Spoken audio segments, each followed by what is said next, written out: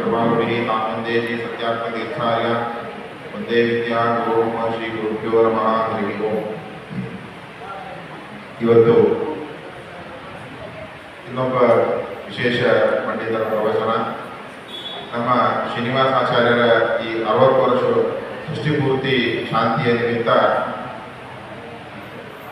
ಎಲ್ಲ ಧಾರ್ಮಿಕ ಕಾರ್ಯಕ್ರಮಗಳು ಬಹಳ ವೈಭವದಿಂದ ನಡೀತಾ ಬಂದಿವೆ. ಎಲ್ಲ ಸಜ್ಜನರು ಕೂಡ ಅದರಲ್ಲಿ ಭಾಗವಹಿಸಿ ಅನೇಕ ರೀತಿಯಾಗಿರುವಂತಹ ಒಂದು ನಾನಾ ಮುಖಗಳಿಂದ ಅದರಲ್ಲಿ ಭಾಗವನ್ನು ವಹಿಸಿ ದೇವರ ಗುರುಗಳ ಸೇವೆಯನ್ನು ಮಾಡ್ತಾ ಇದ್ದಾರೆ. ನಮ್ಮೆಲ್ಲರಿಗೂ ಕೂಡ ರಸದೌತಣ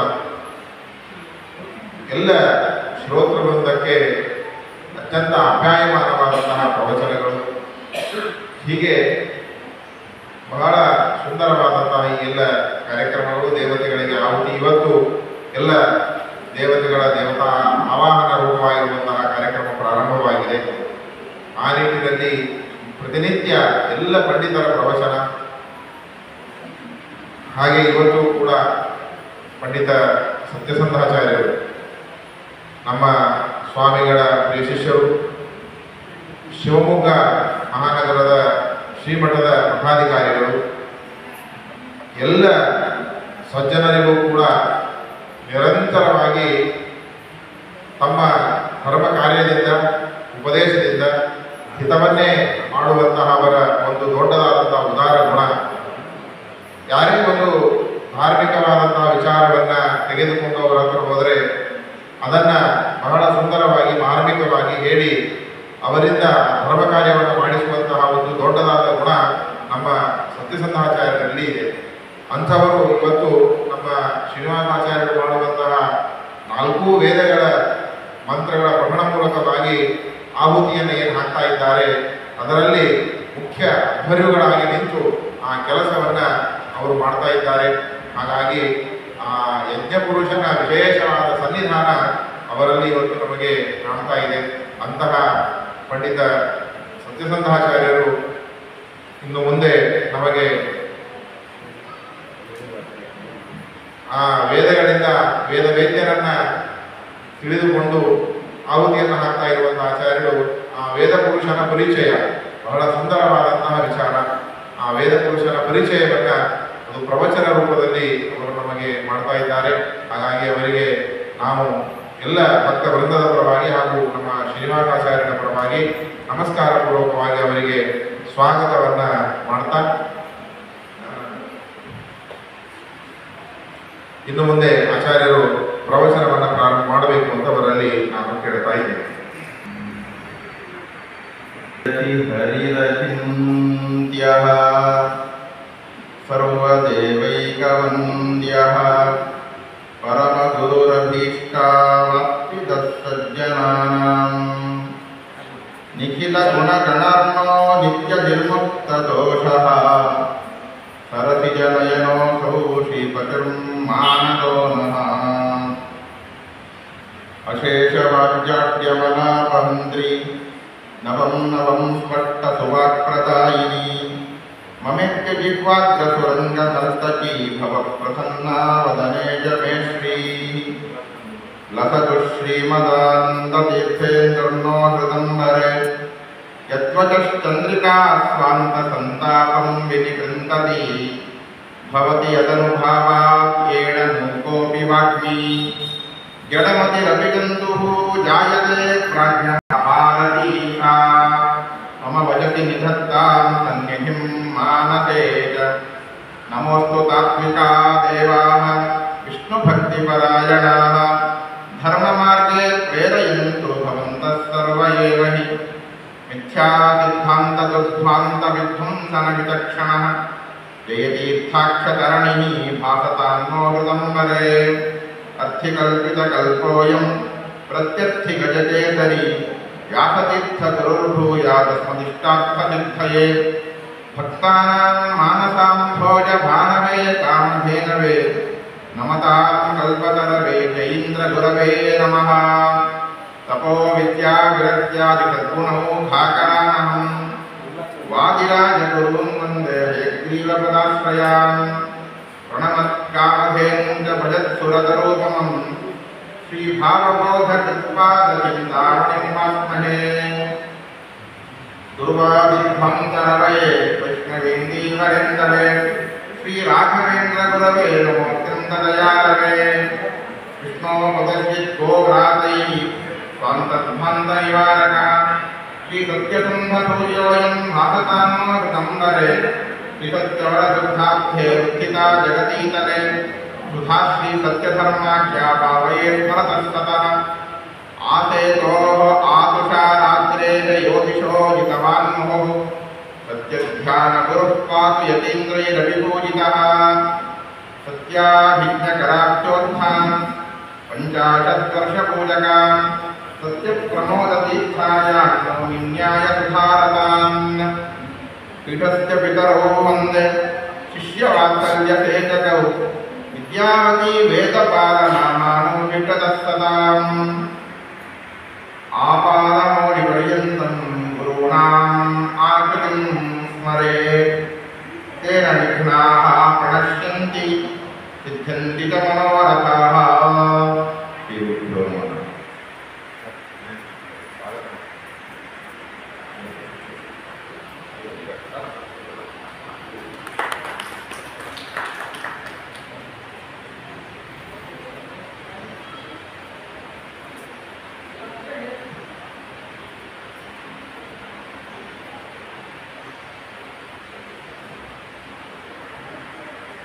ಒಂದು ಮಾವಿನ ತೋಟ.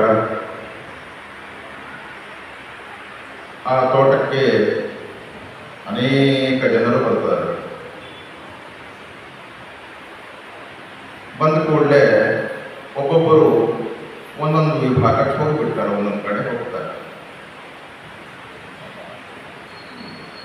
ಆ ತೋಟದ ಮಾಲೀಕ ಬಾಗಿಲು ಹಾಕಿಬಿಡ್ತಾನೆ, ಬೀಗ ಹಾಕಿಬಿಡ್ತಾನೆ. ಆಮೇಲೆ ಅವರಿಗೆ ಹೇಳಿ, ನಿಮಗೆ ಕೇವಲ 60 ನಿಮಿಷಗಳು ಮಾತ್ರ ಅವಕಾಶ ಈ ಒಂದು ತೋಟದಲ್ಲಿ ಇರಲಿಕ್ಕೆ, ಅನಂತರ ನೀವು ಹೊರಡೆ ಹೋಗಬಹುದು. ಸರಿ, ಅವರು ಮಾವಿನ ಹಣ್ಣಿನ ತೋಟದಲ್ಲಿ ಎಲ್ಲರೂ ಹೋಗಿದ್ದಾರೆ. ಒಬ್ಬೊಬ್ಬರು ಒಂದೊಂದು ರೀತಿಯಲ್ಲಿ ಮರ ಚೆನ್ನಾಗಿದೆ, ಎಲೆ ಚೆನ್ನಾಗಿದೆ, ಅದಿದೆ ಇದಿದೆ ಅಂತೆಲ್ಲ ಏನೋ ಸಂಶೋಧನೆ ಮಾಡಕ್ಕೆ ಹೋಗ್ತಾರೆ. 59 ನಿಮಿಷಗಳು ಕಳೆದು ಹೋಗಿದೆ, 1 ನಿಮಿಷ ಬಾಕಿ ಇದೆ. ಆಗ ಆ ತೋಟದ ಯಜಮಾನ ಬಂದ, 1 ನಿಮಿಷ ಬಾಕಿ ಇದೆ, ಎಲ್ಲ ನೀವು ಹೊರಡ್ರಿ ಅಂತ.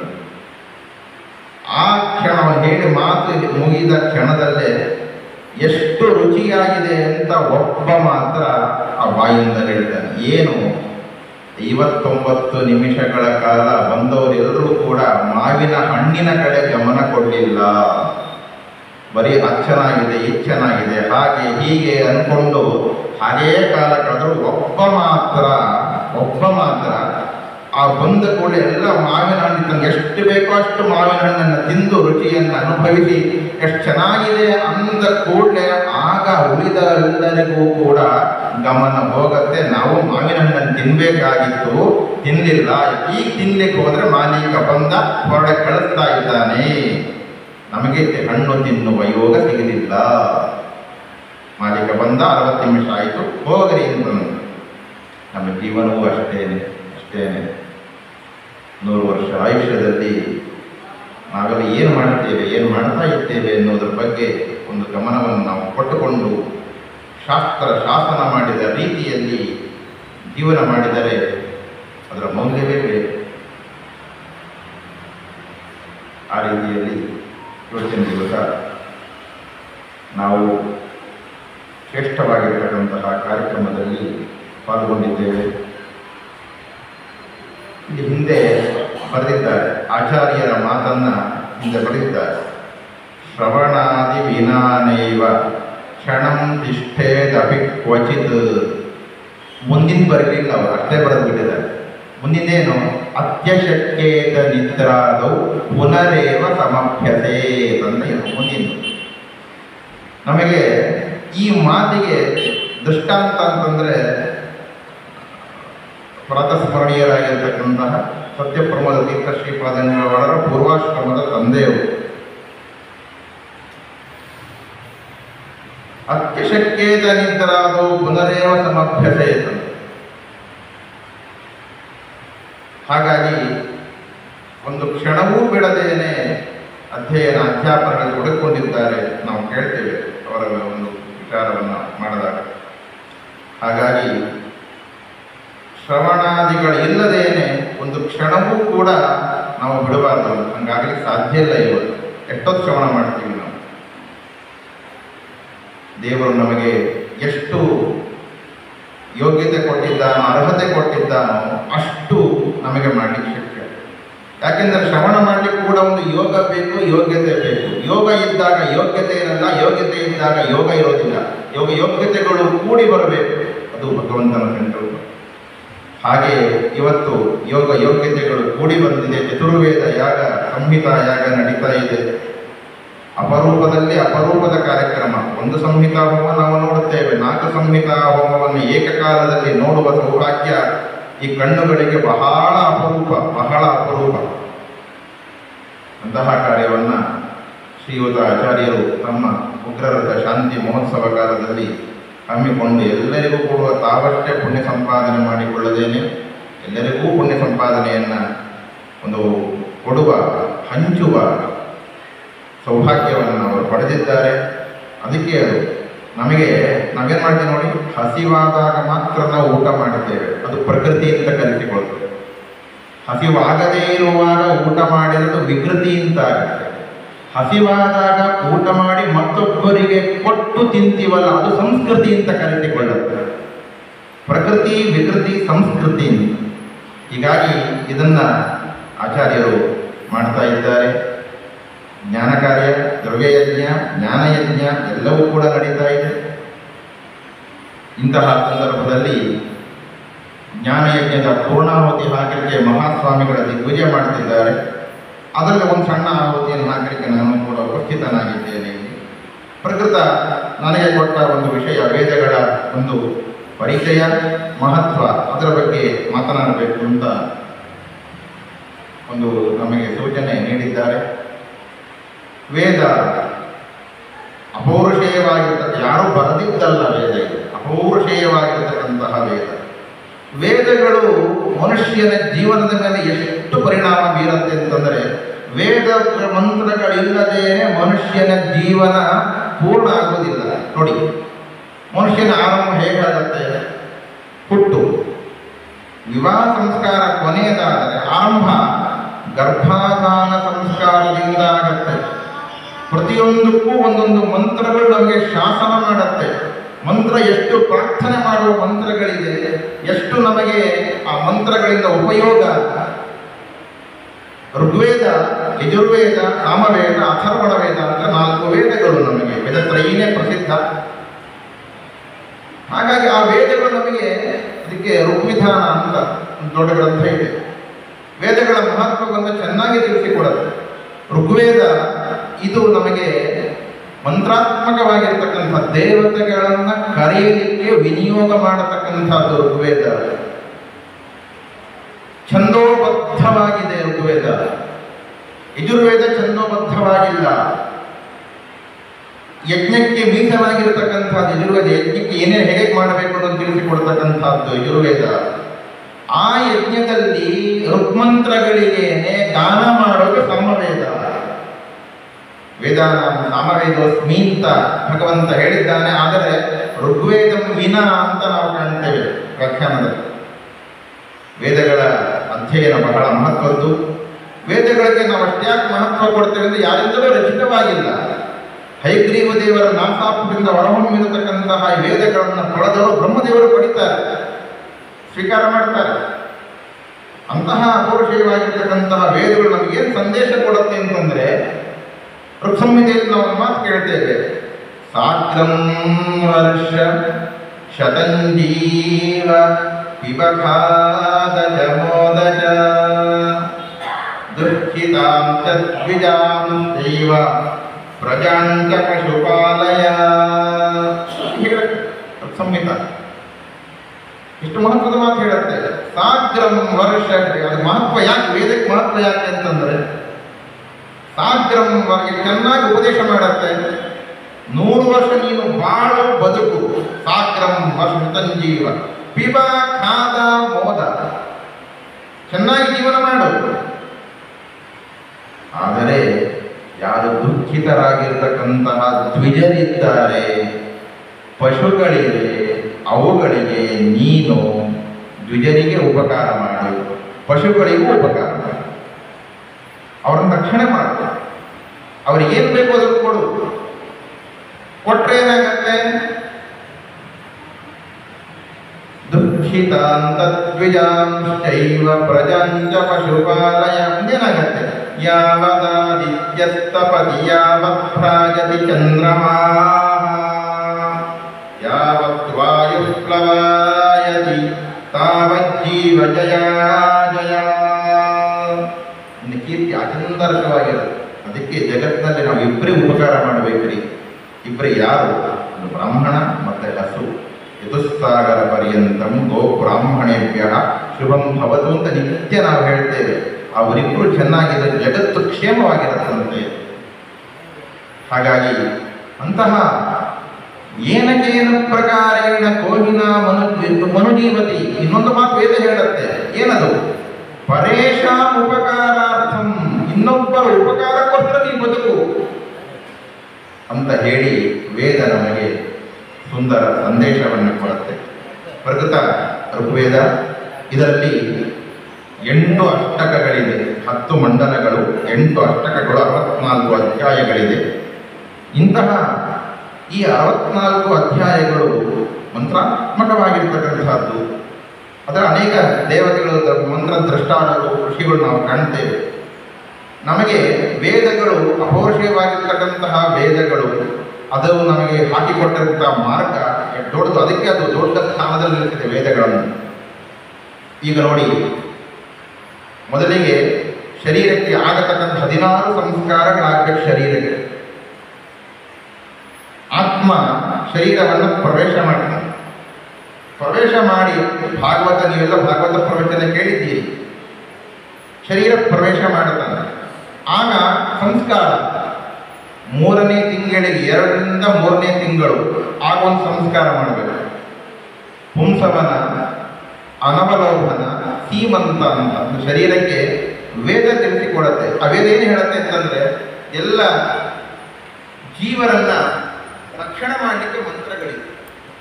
ಪ್ರತಿಯೊಂದು ಮಂತ್ರವೂ ಕೂಡ ರಕ್ಷಣಾತ್ಮಕವಾಗಿರ್ತಕ್ಕಂಥದ್ದು. ಉಪದೇಶ ಮಾಡುವುದು ನಮಗೆ ಅಷ್ಟು ಮಹತ್ವ ವೇದಕ್ಕಿದೆ.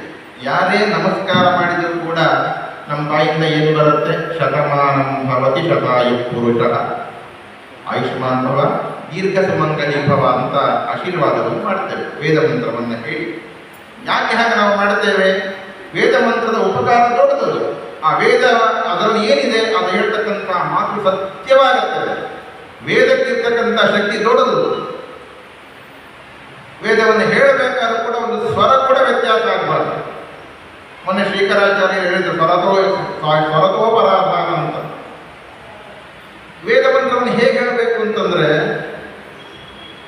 ನಿಮ್ಮ ಎಲ್ಲರ ಮನೆಯಲ್ಲೂ ಬೆಕ್ಕು ಇರುತ್ತೆ ಅಲ್ವಾ? ಬೆಕ್ಕು ಏನು ಮಾಡುತ್ತೆ?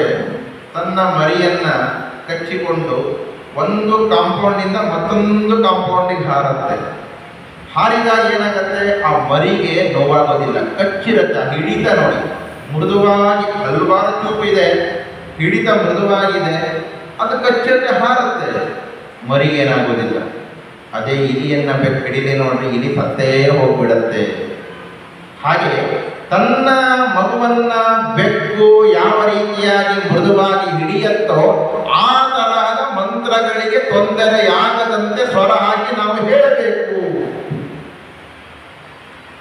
ಹಾಗೆ ಹೇಳಿದರೇನೆ ಆ ಮಂತ್ರದ ಶಕ್ತಿ, ಅದರ ಪ್ರಾಬಲ್ಯ, ಅದರ ಪರಿಣಾಮ ಎಲ್ಲರ ಮೇಲೆ. ಚೂರು ಸ್ವರವೇ. ಅದಕ್ಕೆ ರಾಘವೇಂದ್ರ ಸ್ವಾಮಿಗಳು ಮಂತ್ರಾರ್ಥ ಮಂಜರಿಯಲ್ಲಿ ಬರೀತಾರೆ, ವ್ಯಾಖ್ಯಾನ ಮಾಡುವಾಗ ಮಂತ್ರ ಕಂಟಕ ಉಚ್ಚತೆ ಅಂತ ರಾಘವೇಂದ್ರ ಸ್ವಾಮಿಗಳು ಬರೀತಾರೆ. ಏನು ನಾವೇನಾದ್ರೂ ಸ್ವರ ತಪ್ಪು ಹೇಳಿಬಿಟ್ವಿ ಅಂತಂದರೆ ಆ ಸ್ವರಾಭಿಮಾನಿ ದೇವತೆ ಮಂತ್ರ ಪ್ರತಿಪಾದ್ಯ ದೇವತೆಗಳಿಗೆ ಅವರ ಕಣ್ಣಿಗೆ ಕಂಟಕ ಸೂಜಿ ತಗೊಂಡು ಚುಚ್ಚಿದರೆ ಏನು ನೋವಾಗುತ್ತೆ ಅದರಂತೆ ಅಷ್ಟು ನೋವಾಗುತ್ತಂತೆ ಸ್ವರ ತಪ್ಪು ಕೇಳಿಬಿಟ್ರೆ. ಈಗ ಮಂತ್ರಕಂಟಕ ಅಂತ ರಾಘವೇಂದ್ರ ಸ್ವಾಮಿಗಳು ಅಷ್ಟು ಮಹತ್ವ ವೇದಕ್ಕೆ ಇದೆ. ಎಲ್ಲರನ್ನೂ ಇಡೀ ಆಚರಣಾರ್ಹವಾಗಿ ಆಶೀರ್ವಾದವನ್ನು ಮಾಡ್ತಕ್ಕಂಥ ಮಂತ್ರಗಳು ನಾವು ಕಾಣ್ತಿದ್ದ ಪವಿತ್ರ ಮಂತ್ರಗಳು. ಹೋಮನ ನೀವು ಮಾಡ್ತೀವಿ ಆ ಮಂತ್ರ ಎಂಥ ಪವಿತ್ರ ಮಂತ್ರಗಳು. ಹೀಗಾಗಿ ಮನುಷ್ಯನಿಗೆ 16 ಸಂಸ್ಕಾರಗಳೇನಿದೆಯಲ್ಲ ಶರೀರಕ್ಕೆ ಆಗತಕ್ಕಂಥದ್ದು ಆ ಸಂಸ್ಕಾರಗಳ ಆ ಮಂತ್ರಗಳ ಹಾಗಿದೆ. ಅವನು ಆತ್ಮ ಶರೀರಕ್ಕೆ ಪ್ರವೇಶ ಮಾಡುವ ಪ್ರಸಂಗ ಹೇಗೆ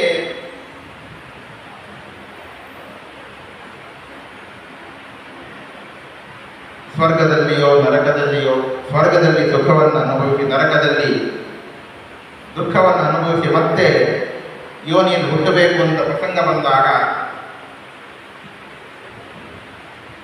ಆಕಾಶದಿಂದ ಕೆಳಗಡೆ ಬಿದ್ದು ಧಾನ್ಯದಲ್ಲಿ ಸೇರಿಕೊಳ್ತಾನೆ. ನೋವಾಗುತ್ತೆ ನೋಡಿ, ಹೇಗೆ ನೋವಾಗುತ್ತೆ. ಧಾನ್ಯದಲ್ಲಿ ಸೇರಿಕೊಂಡು ಅನಂತರದಲ್ಲಿ ಅಲ್ಲೂ ವೇದನೆಯನ್ನ ಅನುಭವಿಸಿ ನಂತರ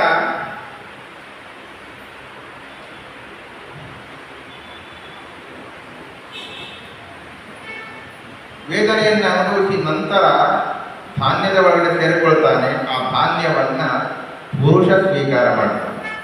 ಪುರುಷನ ಉದರದಲ್ಲಿ ಅವನು 3 ತಿಂಗಳು ವಾಸ ಮಾಡ್ತಾನೆ. ಆಮೇಲೆ ಸ್ತ್ರೀಯ ಉದರಕ್ಕೆ ಬರ್ತಾನೆ. ಸ್ತ್ರೀಯ ಉದರಕ್ಕೆ ಬಂದಾಗ ಅಲ್ಲಿ 9 ತಿಂಗಳು ವಾಸ ಮಾಡ್ತಾನೆ. ಇದೇ ಮೊಟ್ಟ ಮೊದಲ ಸಂಸ್ಕಾರ, ಗರ್ಭಾಧಾನ ಸಂಸ್ಕಾರ. ಈ ಗರ್ಭಾಧಾನ ಸಂಸ್ಕಾರಕ್ಕೆ ಮಂತ್ರ ನಮಗೆ ಏನಿದೆ ಅಂತಂದರೆ, ಮಂತ್ರಗಳು ಬಹಳ ಮಹತ್ವದ ಮಂತ್ರಗಳಿದೆ ವೇದಗಳು. ಅದಕ್ಕೆ ಅಷ್ಟು ವೇದಗಳಿಗೆ ಮಹತ್ವ. ಆ ಗರ್ಭವನ್ನು ರಕ್ಷಣೆ ಮಾಡತಕ್ಕಂತಹ ಮಂತ್ರಗಳು ಅದು ನೋಡಿ. ಮೊದಲೆಯ ಮಂತ್ರ ವಿಷ್ಣುರ್ಯೋನಿಂ ಕಲ್ಪಯತು ತ್ವಷ್ಟ ರೂಪಾಣಿ ಪುಂಸತು ಆಚಿಂತ್ಯತು ಪ್ರಜಾಪತಿ ಧಾತಾ ಗರ್ಭಂ ದಧಾತುತೆ ಮಂತ್ರ. ಈ ಮಂತ್ರ ಏನ್ ಮಾಡುತ್ತೆ ಅಂತಂದ್ರೆ, ವಿಷ್ಣು ತ್ವಷ್ಟ ಪ್ರಜಾಪತಿ ಭಾತೃ ಈ ದೇವತೆಗಳ ಪ್ರಾರ್ಥನೆ ನೋಡಿ. ಸ್ತ್ರೀಯ ಉದರಕ್ಕೆ ಬರ್ತಾನೆ. ಈ ಬಂದ ಕೂಡಲೇ ಏನಾಗತ್ತೆ ಅಂತಂದ್ರೆ, ಅದರಲ್ಲಿ ರೇತಸ್ಸು ಮತ್ತು ಶುಕ್ಲ ಶೋಣಿತ ಎರಡೂ ಸೇರಿಕೊಳ್ಳುತ್ತೆ. ಸೇರಿಕೊಂಡು ಮಾಂಸದ ಮುದ್ದೆಯಾಗಿರುತ್ತೆ. ಅದಕ್ಕೆ ಒಂದೊಂದು ಕರ್ಕಂದೂಷ ಅನೇಕ ಹೆಸರು ಹೇಳ್ತಾರೆ. ಆಗ ಒಂದು ತಿಂಗಳಿಗೆ ಕೈ ಕಾಲು ಎಲ್ಲ ಬೆಳೆಯುತ್ತೆ. 2ರಿಂದ 3ನೇ ತಿಂಗಳೇನಿದೆಯಲ್ಲ, ಈ ಸಂದರ್ಭದಲ್ಲಿ ಪುಂಸವನ ಅಂತ ಮಾಡಬೇಕು. ಪುಂಸವನ, ಅನವಲೋಕನ, ಸೀಮಂತ ಅಂತ ಪುಂಸವನ ಮಾಡಬೇಕು. ಪುಂಸವನ ಮಾಡಬೇಕಾದ್ರೆ ಗರ್ಭಾಧಾನ, ಮೊದಲಿಗೆ ಗರ್ಭಾಧಾನ, ಆಮೇಲೆ ಪುಂಸವನ. ಆಗ ಆ ಗರ್ಭಾಧಾನ ಮಾಡಬೇಕಾದ ಮೊದಲನೇ ಸಂಸ್ಕಾರ. ಆಗ ಮಂತ್ರ ಹೇಳುತ್ತೆ, ಈ ಗರ್ಭೋತ್ಪತ್ತಿಗೆ ಮುಖ್ಯ ಕಾರಣ ಭಗವಂತ ಸರ್ವತ್ರ ವ್ಯಾಪ್ತ. ವಿಷ್ಣುರ್ ಯೋನಿಂ ಕಲ್ಪಯತು ತ್ವಷ್ಟ ರೂಪಾಣಿ ವಿಂಶತು. ದೇಶ ಕಾಲ ಎಲ್ಲವೂ ಕೂಡ ಅವನಿಂದನೇ ಉಂಟಾಗ್ತಕ್ಕಂಥದ್ದು. ಈ ಗರ್ಭದ ಉತ್ಪತ್ತಿಗೆ ಎಲ್ಲ ಸಾಮಗ್ರಿ ಉಂಟು ಮಾಡಪ್ಪ ಅಂತ ಹೇಳಿ ಪ್ರಾರ್ಥನೆ ಮಾಡತಕ್ಕಂಥ ಮಂತ್ರ ಇದೆ. ಆಮೇಲೆ ಆಗ ನೋಡಿ, ಯಜಮಾನ ಆಗಿರ್ತಕ್ಕಂಥವನು ಏನು ಪ್ರಾರ್ಥನೆ ಮಾಡಬೇಕು? ನನ್ನ ಪತ್ನಿಯ ಗರ್ಭವಾದ ಪರಿಣಾಮ ಇದೆ, ಇದು ಗರ್ಭವಾದ ಪರಿಣಾಮ ಹೊಂದಿ ಪ್ರಸವ ಪರ್ಯಂತ ಗರ್ಭ ಯಾವ ಸ್ರಾವ ಆಗದೇ ಇರಲಿ. ರೂಪಾಣಿ ವಿಂಶತು ಆಸಿಂಚತು ಪ್ರಜಾಪತಿ ಧಾತಾ ಗರ್ಭಂ ದಧಾತುತೆ. ಯಾವುದೇ ಪಾತಗಳಾಗದಂತೆ ಚೆನ್ನಾಗಿ ಧಾರಣೆ ಮಾಡಿಕೊಂಡಿರಲಿ. ಆಮೇಲೆ ಇನ್ನೊಂದು ಮಂತ್ರ, ಸಿನಿವಾನಿ ಸರಸ್ವತಿ ಅಶ್ವಿನಿ ದೇವತೆಗಳು ಪ್ರಾರ್ಥನೆ ಮಾಡಿ. ಅಶ್ವಿನಿ ದೇವತೆಗಳು ಈ ಗರ್ಭವನ್ನು ನೀವು ಪೋಷಣೆ ಮಾಡಿ ಪ್ರಾರ್ಥನೆ ಮಾಡುತ್ತೆ. ಆಗ ಪತ್ನಿಗೆ ಹೇಳಬೇಕಾದ ಮಂತ್ರ ಇದು, ಗರ್ಭಂ ಧೇ ಸಿನಿವಾನಿ ಗರ್ಭಂ ಧೇ ಸರಸ್ವತಿ. ಅಂದ್ರೆ ಮಂತ್ರಗಳು ಪವಿತ್ರಭೂತವಾಗಿರ್ತಕ್ಕಂಥದ್ದು. ಈ ಗರ್ಭವನ್ನ ದೇವತೆಗಳು ಆರೋಗ್ಯಪೂರ್ಣವಾಗಿರುವಂತೆ ಮಾಡಲಿ ಅನ್ನೋ ಪ್ರಾರ್ಥನೆ. ಹೀಗೆ ಮನುಷ್ಯನ ಜೀವನದಲ್ಲಿ ಪ್ರತಿಯೊಂದು ಹಾಸುಹೊಕ್ಕಾಗಿರ್ತಕ್ಕಂತಹ ಮಂತ್ರಗಳು. ಆಮೇಲೆ ಇನ್ನೊಂದು ಯಥೇಯಂ ಪೃಥಿವೀ ಮಹಿ, ಗರ್ಭನಾಗದೆ ದಶಮೇ ಮಾಸಿಸುತ್ತವೆ, ಮಡದಿಯಲ್ಲಿ ಅರಿಕೆ ಮಾಡಿಕೊಳ್ತಕ್ಕಂತಹ ಮಂತ್ರ ಇದು. ಭೂಮಿ ದೇವಿ ಏನಿದೆ ಯಥೇಯಂ ಪೃಥಿವೀ ಮಹಿ, ಮಹಾಮಹಿಮೋಪೇತವಾದ ಧರಿತ್ರಿ, ದೇವಲೋಕದಿಂದ ಬೀಳತಕ್ಕಂತಹ ಮಳೆ ಏನಿದೆ ಆ ಮಳೆಯನ್ನ ಆ ರೇತಸ್ಸನ್ನು ತಾನು ಸ್ವೀಕಾರ ಮಾಡಿ ಸಸ್ಯರೂಪವಾಗಿರತಕ್ಕಂತಹ ಗರ್ಭವನ್ನು ತಾನು ಧಾರಣೆ ಮಾಡ್ತಾಳೆ. ಅದರಂತೆ ನೀನು ಕೂಡ ನನ್ನಿಂದ ಸೇರಿಸಲ್ಪಟ್ಟ ಈ ಗರ್ಭವನ್ನ 10 ತಿಂಗಳು ನೀನು ಇಟ್ಟುಕೋ. 10 ತಿಂಗಳು ಆದ ಕೂಡಲೇ ಪ್ರಸವವಾಗಬೇಕು, ಅದಕ್ಕೆ ನೀ ಗರ್ಭಧಾರಣೆ ಮಾಡುವುದು ಅಂತ ವೇದ ಮಂತ್ರ ಪ್ರಾರ್ಥನೆ ಮಾಡಿಕೊಳ್ಳೋದು ನೋಡಿ. ಹೀಗಾಗಿ ಇದು ಮೊದಲನೇ ಗರ್ಭಾಧಾನ ಸಂಸ್ಕಾರ, ಗರ್ಭವನ್ನು ರಕ್ಷಣೆ ಮಾಡಲಿಕ್ಕೆ ಪ್ರಾರ್ಥನೆಗಳು. ಅನಂತರದಲ್ಲಿ ಪುಂಸವನ 2ರಿಂದ ಹುಟ್ಟುವ ಮಗು ಗಂಡೋ ಹೆಣ್ಣು ಅಂತ ಗೊತ್ತಾಗೋದು ಲಿಂಗ ಛಿದ್ರೋದ್ಭವ ತ್ರಿವಿಹಿ ಅಂತ ಭಾಗವತದಲ್ಲಿ ನಾವು ಕಾಣ್ತೇವೆ. ಗಂಡೋ ಹೆಣ್ಣು ಗೊತ್ತಾಗೋದು ಅದು 2ರಿಂದ 3ನೇ ತಿಂಗಳ ಒಳಗಡೆ. ಹಾಗಾಗಿ ಗಂಡು ಮಗು ಬೇಕು ಸಂತಾನ ಅಪೇಕ್ಷೆ ಪಡತಕ್ಕಂಥವರು ಪುಂಸವನ ಎಂಬತಕ್ಕಂಥ ಸಂಸ್ಕಾರವನ್ನಾಗ ಮಾಡಬೇಕು. 2 ಉದ್ದಿನ ಕಾಳು ತಂಡೂಲವನ್ನ ಇಟ್ಟು ಮೊಸರು ಹಾಕೊಂಡು ಅದನ್ನು ಬಡದಿ ಕೈಯಲ್ಲಿ ಹಾಕಿ ಕಿಂಬಿಬಸಿ ಅಂತ ಕೇಳಿದಾಗ ಪುಂಸವನ ಅಂತೇಳಿ ಪಾನ ಮಾಡಬೇಕು. ಇದು ಪುಂಸವನ ಮಂತ್ರಗಳು. ಆಮೇಲೆ ಶ್ರೀಮಂತ ಸಂಸ್ಕಾರ, ಗರ್ಭ ರಕ್ಷಣೆ 7ರಿಂದ 9 ಗರ್ಭ ರಕ್ಷಣೆಗೆ ಶ್ರೀಮಂತ ಸಂಸ್ಕಾರ ಅಂತಕ್ಕಂಥದ್ದನ್ನು ಮಾಡಬೇಕು.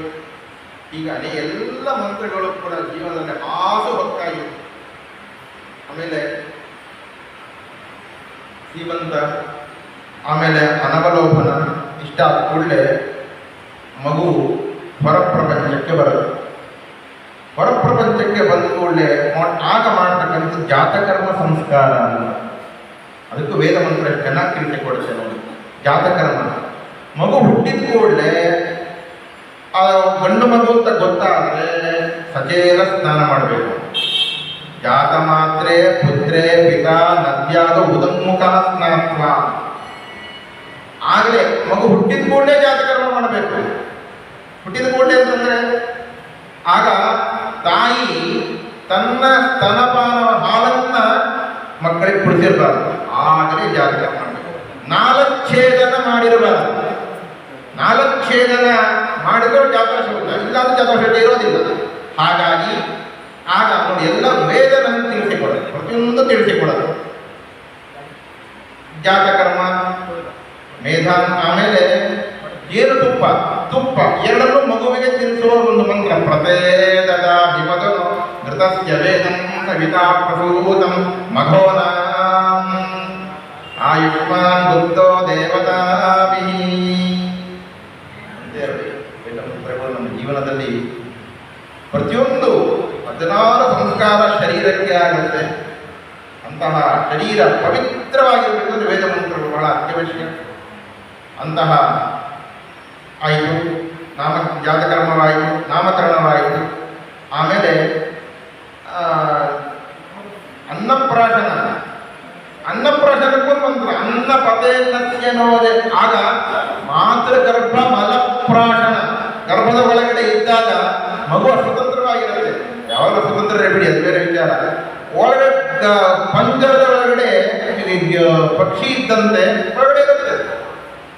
ಮಾತೃಗರ್ಭ ಮಲಪ್ರಾಶನ, ಅದರಿಂದ ಏನು ದೋಷ ಇರುತ್ತೆ ಆ ದೋಷ ಪರಿಹಾರಕ್ಕೋಸ್ಕರವಾಗಿ ಅನ್ನಪ್ರಾಶನ ಮಾಡಬೇಕು ಅಂತ ಅದಕ್ಕೆ ಮಂತ್ರ. ಅನ್ನಪತೇನ್ನಸ್ಯನೋ ದೇಹ್ಯನ ಸುಷ್ಮಿಣ ಪ್ರದಾತ ತಾರಿನ ಊರ್ಜನ್ನೋ ದೇ ದ್ವಿಪದೇ ಚತುಷ್ಪದೇ.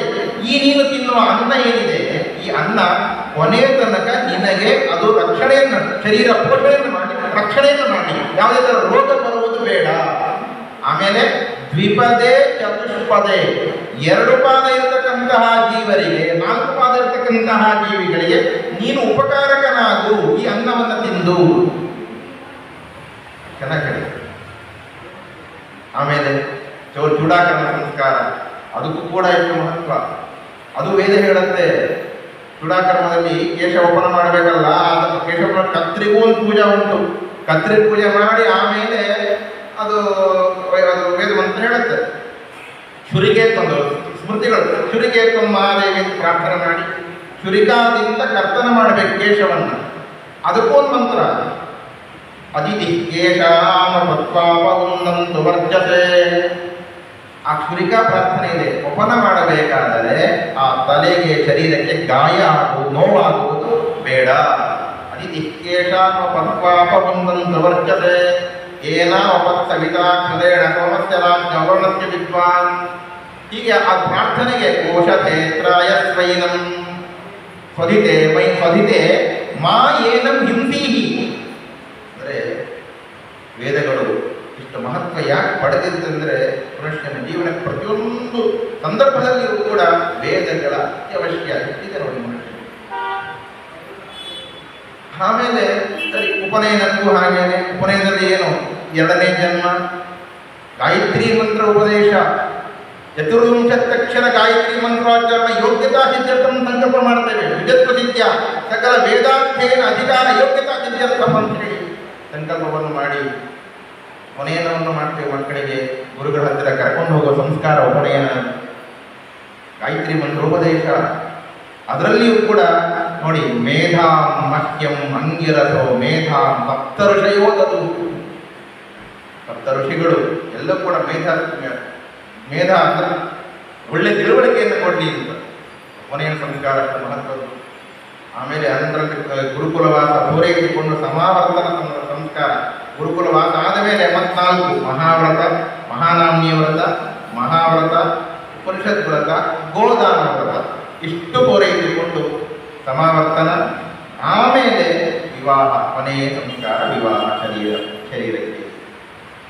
ಇಷ್ಟು ಮಹತ್ವಪೂರ್ಣವಾಗಿ 16 ಸಂಸ್ಕಾರಗಳು ಸರಿಯಾಗಿ ಆದರೆ ಅಷ್ಟು ಆ ಮಂತ್ರಗಳಿಂದ ಭೂತವಾದ ಶರೀರ ಕೊನೆಯದಲ್ಲೂ ಕೂಡ ಸಜ್ಜನರ ಜೊತೆಗೆ ಅವರ ಒಡನಾಟದಲ್ಲಿರುತ್ತೆ ತಿಳಿಸಿಕೊಳ್ಳ. ಇಂತಹ ಋಗ್ವೇದದ ಮಹತ್ವ ಅಗಾಧ. ಅದರಲ್ಲಿಯೂ ಕೂಡ ಆ ಋಗ್ವೇದ ಅಧ್ಯಯನವನ್ನು ಉಳಿಸಿಕೊಳ್ಳಿಕ್ಕೆ ಅನೇಕ ಕ್ರಮವನ್ನು ಕಾಣ್ತೇವೆ. ಪೂರ್ವಜರು ತಿಳ್ಕೊಂಡಿದ್ದಾರೆ ನೋಡಿ. ಏನು ಅಂತಂದರೆ ಪದಪಾಠ, ಕ್ರಮಪಾಠ, ಘನಪಾಠ ಅಂತ ಜಟಾಪಾಠ, ದಂಡಪಾಠ, ರಥಪಾಠ ಅಂತ ಅನೇಕ ಪಾಠಗಳಿವೆ ವೇದಗಳು. ಅದನ್ನು ನಾವು ಕಲಿತಿದ್ದನ್ನು ಉಳಿಸ್ಕೊಳ್ಳಿ. ಈಗ ಪದಪಾಠ, ಅಗ್ನಿಂ ಏಳೆ ಪುರಹಾಹಿತಂ ಯಜ್ಞಸ್ಯ ಇವೆಲ್ಲ ಪದಪಾಠ. ಕ್ರಮಪಾಠ 1, 2, 1, 2 ಅಷ್ಟೇ. ಅಗ್ನಿಮೀಳೆ ಈಳೆ ಯಜ್ಞಂ ಈ ರೀತಿಯಾಗಿ ಕ್ರಮಾಂತವಾಗಿ ಆಚಾರ್ಯರು ಅಧ್ಯಯನ ಮಾಡಬಹುದು ಅಂತ ಹೇಳಿದ್ದಾರೆ. ಚಾಂದೋಗ್ಯ ಭಾಷೆ ನಾವು ಕಾಣ್ತೇವೆ. ಘನಾಂತ ಏನು ಹೇಳಿಲ್ಲ ಆಚಾರ್ಯರು, ಆದರೂ ಘನಾಂತ ಚಾಲತಿಯಲ್ಲಿದೆ. ಅಂದರೆ ಯಾವ ರೀತಿ ಇದೆ ನೋಡಿ ವೇದಗಳು. ಘನಪಾಠದ ಲಕ್ಷಣ ಅದು ಕೂಡ ನೋಡಿ. ಪ್ರಸಿದ್ಧ ಮಂತ್ರ ಯಾವ ತಗೊಳ್ತೇನೆ, ಯಜ್ಞೇನ ಯಜ್ಞಂ ಅಯಜಂತ ಅಂತಿದೆ. ಇದನ್ನು ಘನ ಹೇಳಬೇಕು. ಯಜ್ಞೇನ ಯಜ್ಞೈ ಯಜ್ಞೈ ಯಜ್ಞೇನ ಯಜ್ಞೇನ ಯಜ್ಞಮಯಜಂತಾಯಜಂತ ಯಜ್ಞೇನ ಯಜ್ಞೈ ಯಜ್ಞೈ ಯಜ್ಞೇನ ಯಜ್ಞಂ.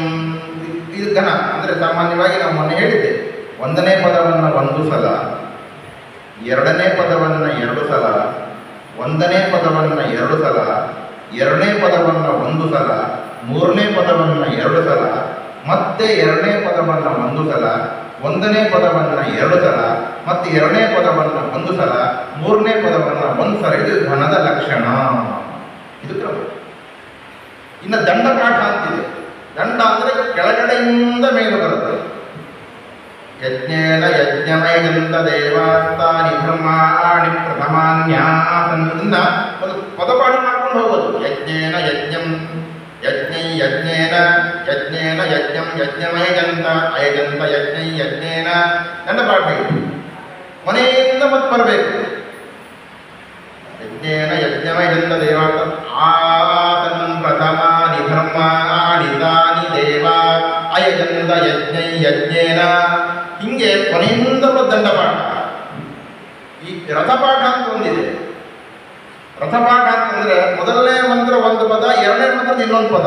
ಮೊದಲನೇ ಅಗ್ನಿಮೀಳೆ ಮೊದಲನೆಯದು, ಅಯಂದೇವ ಎರಡನೇ ಅಧ್ಯಾಯದ ಆರಂಭ.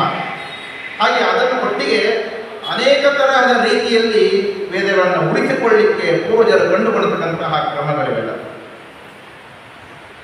ಇಷ್ಟು ಮಹತ್ವ ವೇದಗಳಿಗೆ ಇದೆ. ಋಗ್ವೇದ ಇವತ್ತು ನಮಗೆ ಶಾಕಲ ಭಾಷ್ಕಳ ಎರಡೇ ಉಳ್ಕೊಂಡಿರೋದು ಋಗ್ವೇದ ಸಂಹಿತೆ ಇದೆ. ಎಷ್ಟು ಅನಂತ ವೇದಗಳು, ಅದನ್ನು ಅಧ್ಯಯನ ಮಾಡೋಕ್ಕಾಗಲ್ಲ ಅಂತೇಳಿ ವೇದವ್ಯಾಸದೇವರು ನಮ್ಮ ಮನುಷ್ಯರ ಒಂದು ದೌರ್ಬಲ್ಯವನ್ನು ನೋಡಿ ಸ್ವಲ್ಪ ಮಾಡಿಕೊಟ್ರು. ಅಷ್ಟೂ ವೇದವನ್ನು ಅಧ್ಯಯನ ಮಾಡಲಿಕ್ಕೆ ಇವತ್ತು ಆಗ್ತಾ ಇಲ್ಲ. ಉಪನಯನ ಮಾಡಿದ ಕೂಡಲೇ ಶಾಲೆಗೆ ಕಳಿಸ್ತಾರೆ ಹೊರತು ವಿದ್ಯಾಲಯಕ್ಕೆ, ವೇದ ವಿದ್ಯಾಲಯಕ್ಕೆ ಕಳಿಸೋದಿಲ್ಲ. 12 ವರ್ಷ ಗ್ರಹಣಾಂತ ಬ್ರಹ್ಮಚರ್ಯಂಚರ ಅಂತ ಉಪನಯದಲ್ಲಿ ನಾವೆಲ್ಲ ಆಶೀರ್ವಾದ ಮಾಡ್ತೇವೆ, ಎಲ್ಲ ಹೇಳ್ತೇವೆ. ಆದರೆ ಗುರುಕುಲಕ್ಕೆ ಎಲ್ಲಿ ಕಳಿಸೋದು ಆಗ್ತಾ ಇಲ್ಲ. ಆಚಾರ್ಯಾಧೀನೋ ವೇದ ಮದೀಶ್ವ ಅಂತ ಉಪನಯನದಲ್ಲಿ ಬಹಳ ಗಂಟಾವಶವಾಗಿ ಹೇಳುತ್ತೇವೆ, ಆಗೋದಿಲ್ಲ. ಗುರುಕುಲ ವೇದಾಧ್ಯಯನಕ್ಕೆ ಭಾರೀ ಮಹತ್ವ ಕೊಡಬೇಕು. ಇನ್ನು ಯಜುರ್ವೇದಕ್ಕೆ ಬಂದರೆ ಅದು ಗದ್ಯಾತ್ಮಕವಾಗಿರತಕ್ಕಂಥದ್ದು. ಯಜ್ಞದ ವಿಚಾರವನ್ನು ತಿಳಿಸಿಕೊಡ್ತಾರೆ ಯಜುರ್ವೇದದಲ್ಲಿ. ಇನ್ನು ಸಾಮವೇದಕ್ಕೆ ಬರೋಣ. ಪ್ರಸ್ತುತ ನಾನು ಸಾಮ ಸಂಹಿತ ಹೋಮ ಮಾಡ್ತಾ ಇದ್ದೇನೆ, ಹಾಗಾಗಿ ಸಾಮ ಸಂಹಿತೆಗೆ ಬರೋಣ. ಸಾಮ ಸಂಹಿತ ಅಂತಂದರೆ ಇದು ಋನ್ಮಂತ್ರಗಳಿಗೆ ಗಾನ ಮಾಡುವುದಕ್ಕೆ ಸಾಮ ಸಂಹಿತ ಅಂತ ಕರೀತಾರೆ. ಈ ಸಾಮ ಸಂಹಿತ ಹೇಗೆ ನಮ್ಮ ಕೈಯಲ್ಲಿ ಈಗ ಸಂಗೀತ ಸಪ್ತಸ್ವರೈ ಸಮಸ್ತಯ್ಯೋ ಜಗದೇಕಚರಾಚರ ಸಂಜೀವಯತಿ ವಿಶ್ವಾತ್ಮ ಸಮೇ ವಿಷ್ಣು ಪ್ರಸೀದತು. ಏನು ನಮ್ಮ ಕೈಯಲ್ಲಿ ನೋಡಿ, ಸಾಮವೇದ ಪರಿಚಯ ಕೇಳಲು ಹೇಳ್ತಾ ಇದ್ದೇನೆ ಅಷ್ಟೇ. ನಮ್ಮ ಕೈಯಲ್ಲಿ ಒಟ್ಟಿಗೆ ಇದು ಪ್ರಥಮ ಸ್ವರ ಬರುತ್ತೆ, ಇದು ಈ ಅಂಗುಲಿ 2ನೇ ಸ್ವರ, ಇದು 3ನೇ ಸ್ವರ, ಇದು 4ನೇ ಸ್ವರ, ಇದು 5ನೇ ಸ್ವರ, ಇದು ಹಿಂಗೆ ಮಾಡೋದು 6ನೇ ಸ್ವರ, ಇದು 7ನೇ ಸ್ವರ ಅಂತ ಹೀಗೆ ಸಪ್ತ ಸ್ವರಗಳು. ಸಪ್ತಸ್ವರೈ ಸಮಸ್ತಯ್ಯೋ ಜಗದೇಕಚರಾಚರ ಸಂಜೀವಯತಿ ವಿಶ್ವಾತ್ಮ. ಈ ಸಂಗೀತ ಗಾನಕ್ಕೆ ಯಾರು ಮಾರು ಹೋಗದವರು ಇಲ್ಲೇ ಇಲ್ಲ. ಎಲ್ಲರೂ ಕೂಡ ಸಂಗೀತಕ್ಕೆ ಬಹಳ ಮಾರು ಹೋಗ್ತಾರೆ. ಪರಮಾತ್ಮ ಕೊಳಲುನಾದ ಮಾಡ್ತಾನಲ್ಲ, ವಾಮ ಬಾಲು ಕೃತ ವಾಮ ಕಪೋಲೋ ವರ್ಗೀತ ಭ್ರೂರಧರಾರ್ಪಿತವೇಣು. ಪರಮಾತ್ಮ ಯಾವಾಗ ಕೊಳಲುನಾದ ಮಾಡ್ತಾನೆ, ಆ ಮಾಡಿದ ಕೂಡಲೇ ಆ ಹಸುಗಳು ಕೆಳಗಡೆ ತಲೆಬಾಗಿರುತ್ತೆ. ತಲೆಬಾಗಿರ್ತಕ್ಕಂಥ ಹಸುಗಳು ಹುಲ್ಲು ತಿಂತಾ ಇರುವಾಗ ಆ ಮತ್ತೆ ಮುಖ ಎತ್ತಿ ಕಿವಿಯನ್ನ ಧ್ವನಿಯಲ್ಲಿಂದ ಬಂತು ಅಲ್ಲಿ ಮುಂದೆ ಮಾಡಿ, ಕಿವಿ ಮುಂದೆ ಮಾಡಿ ಆ ಜಗಿಯೋದನ್ನ ನಿಲ್ಲಿಸಿ ಆ ಹುಲ್ಲೆಲ್ಲ ಆ ಹಸುವಿನ ಬಾಯಿಗೆ ಜೋತಾಡ್ತಾ ಇರ್ತಂತೆ. ಜಗಿ ನಿಲ್ಲಿಸಿಬಿಟ್ಟು ಆ ನಾದವನ್ನು ಕೇಳ್ತಂತೆ. ಹಂಗೆ ಪರಮಾತ್ಮನ ವೇಣುನಾದ. ಹಾಗೆ ಅದರಂತೆ ಸಾಮವೇದ ವೇದವೂ ಹಾಗೆ ನೋಡಿ. ಇದು ಪ್ರಥಮ ಹಿಂಗೆ ಇಟ್ಕೊಳ್ಬೇಕು, ಸಾಮವೇದ ಮಾಡ್ಬೇಕಾದ್ರೆ. ಇದು ಪ್ರಥಮ ಸ್ವರ, ಇದು ದ್ವಿತೀಯ, ತೃತೀಯ, ಪ್ರಥಮ. ಇದು ಹೇಗೆ ಪ್ರಥಮ ಸ್ವರ? ಪ್ರಥಮ ಸ್ವರ. 2, 3, 4, 5 ಬರಬೇಕು.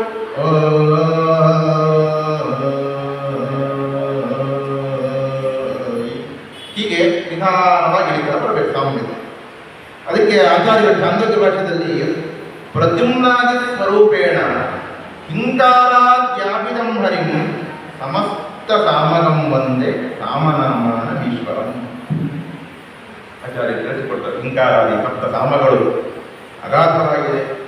ಸಾಮವೇದವನ್ನು ಹಿಂದಿನ ಕಾಲದ ಸಂಗೀತವನ್ನು ಹೇಳಿ ಇವತ್ತೆಲ್ಲ ತಮಿಳುನಾಡಿನಲ್ಲಿ ಅನೇಕ ದೇವಾಲಯಗಳನ್ನು ಹೆಂಗೆ ಸೇರ್ಬೋದು ಹೇಳಿ ನೋಡೋಣ. ಅದೆಲ್ಲ ಒಂದು ಟ್ರೈನಿ ಅವಾಗ ಏನೇನು ಬಳಸಿದ್ರು ಬಳಸಿದ್ರು. ಆದರೆ ಸಾಮಗಾನ ಮಾಡಿ ಸಂಗೀತವನ್ನು ಹೇಳಿದರೆ ಆ ಕಲ್ಲು ತಾನಾಗೇ ನಿಂತ್ಕೊಳ್ತಿತ್ತಂತೆ. ಅಷ್ಟು ಶಕ್ತಿ ಗಾನಕ್ಕೆ ಇದೆ ಅನ್ನುವುದನ್ನು ನಾವು ಕಾಣ್ತೇವೆ. ಹೀಗಾಗಿ ಇದು 7ನೇ ಸ್ವರದ ಅಭಿಗೀತೆ, ಉಚ್ಚ ಸ್ವರ 7ನೇದು ಅಭಿಗೀತೆ ಅಂತ ಕರೆಸಿಕೊಳ್ತಾರೆ. 2ರಿಂದ 3ನೇ ಸ್ವರ ಧ್ವನಿ ಹಾಕಿ ಬರಬೇಕು. 2ರಿಂದ 3ಕ್ಕೆ ಬಂದರೆ ಅದು ಪಾತಾಳ ಕರ್ಷಣ ಪ್ರಣತ ಅಂತ ಕರೀತಾರೆ. ಸ್ವಲ್ಪ ಮೇಲೆ ತಗೊಂಡು ಧ್ವನಿ ಮೇಲೆ ತಗೊಂಡು ಬಂದರೆ ಅದು ಆಕಾಶ ಕರ್ಷಣ ಪ್ರಣತ ಅಂತ ಕರೀತಾರೆ. ನೇರವಾಗಿ 1ನೇ ಸ್ವರದಿಂದ 3ನೇ ಸ್ವರಕ್ಕೆ ಧ್ವನಿ ತಂದರೆ ಅದು ನಮತ ಅಂತ ಕರೀತಾರೆ. 1ನೇ ಸ್ವರದಿಂದ 2ನೇ ಸ್ವರಕ್ಕೆ ನೇರವಾಗಿ ತಂದರೆ ಅದು ವಿನುತ ಅಂತ ಕರೀತಾರೆ. ಇನ್ನು ಮಗುವನ್ನ ತೂಗ್ತೀವಲ್ಲ, ಮಗುವನ್ನು ತೂಗಿದಾಗ ತೊಟ್ಲು ಹಾಗೋಗಿ ಹೀಗೆ ಬರುತ್ತೆ. ಹಾಗೆ ಧ್ವನಿಯು ಕೂಡ ಹಾಗೆ ಹೋಗಿ ಹೀಗೆ ಬರಬೇಕು. ಇದು ಸಂಪ್ರಸಾರಣ ಅಂತ ಕರೀತಾರೆ. ಸಂಪ್ರಸಾರಣ ಅಂತ ಕರೀತಾರೆ.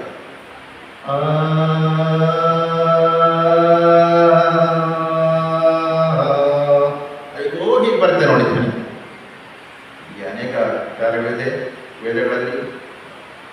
ಅಂತಹ ವೇದ ಮತ್ತೊಂದು ನಮಗೇನು ತಿಳಿಸಿಕೊಡುತ್ತೆ ಅಂದರೆ ಸಕ್ತುಮಿವ ತಿತೌನ ಪುನಂತಹ ಯತ್ರ ಧೀರ ಮನಸ ವಾಚಮಕ್ಕದ.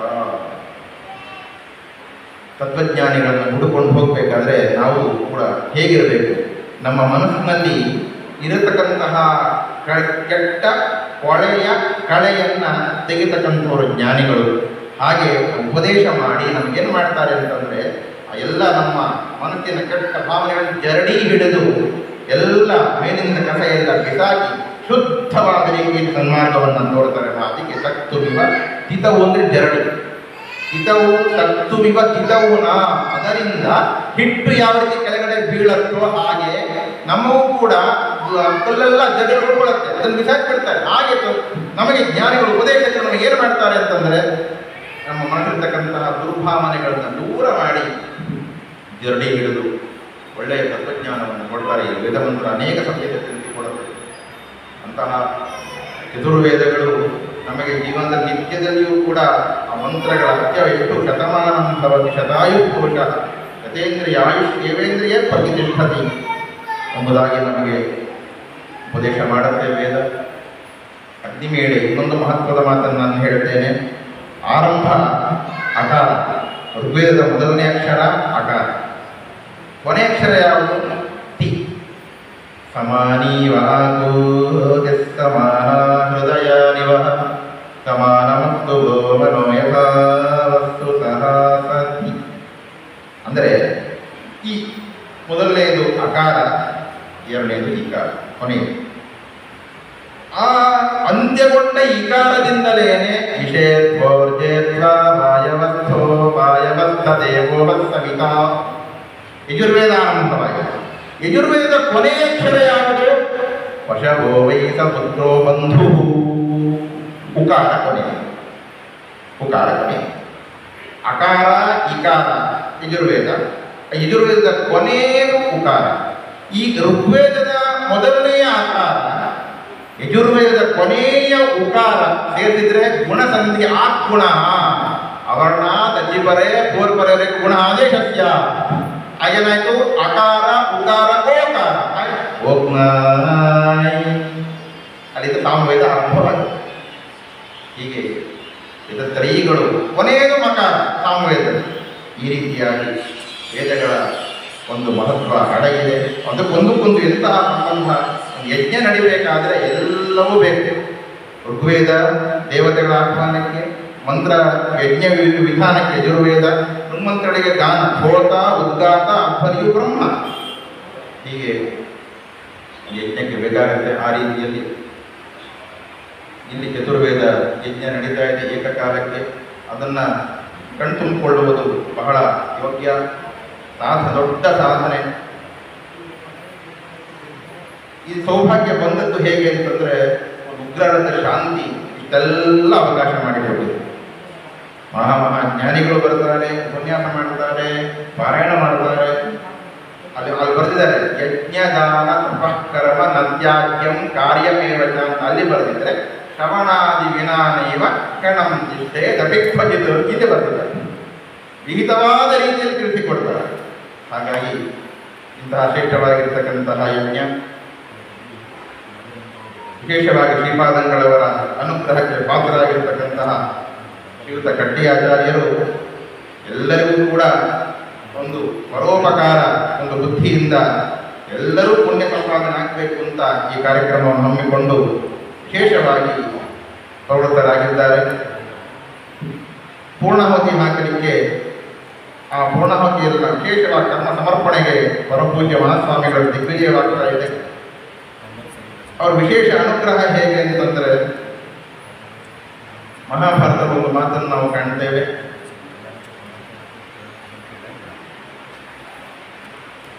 ಕರ್ಣ ಅರ್ಜುನರ ಯುದ್ಧ ನಡೀತಾ ಇದೆ. ಆಗ ಬಹಳ ಶ್ರಮಪಟ್ಟು ಅರ್ಜುನ ಏನು ಮಾಡ್ತಾನೆ, ನೂರಾರು ಬಾಣಗಳಿಂದ ಕರ್ಣನ ರಥವನ್ನ ಬಹಳಷ್ಟು ದೂರ ತಗೊಂಡೋಗ್ಬಿಡ್ತಾನೆ. ಬಹಳ ದೂರ ತಗೊಂಡೋಗ ಕರ್ಣ ರಥವನ್ನು. ಮತ್ತೆ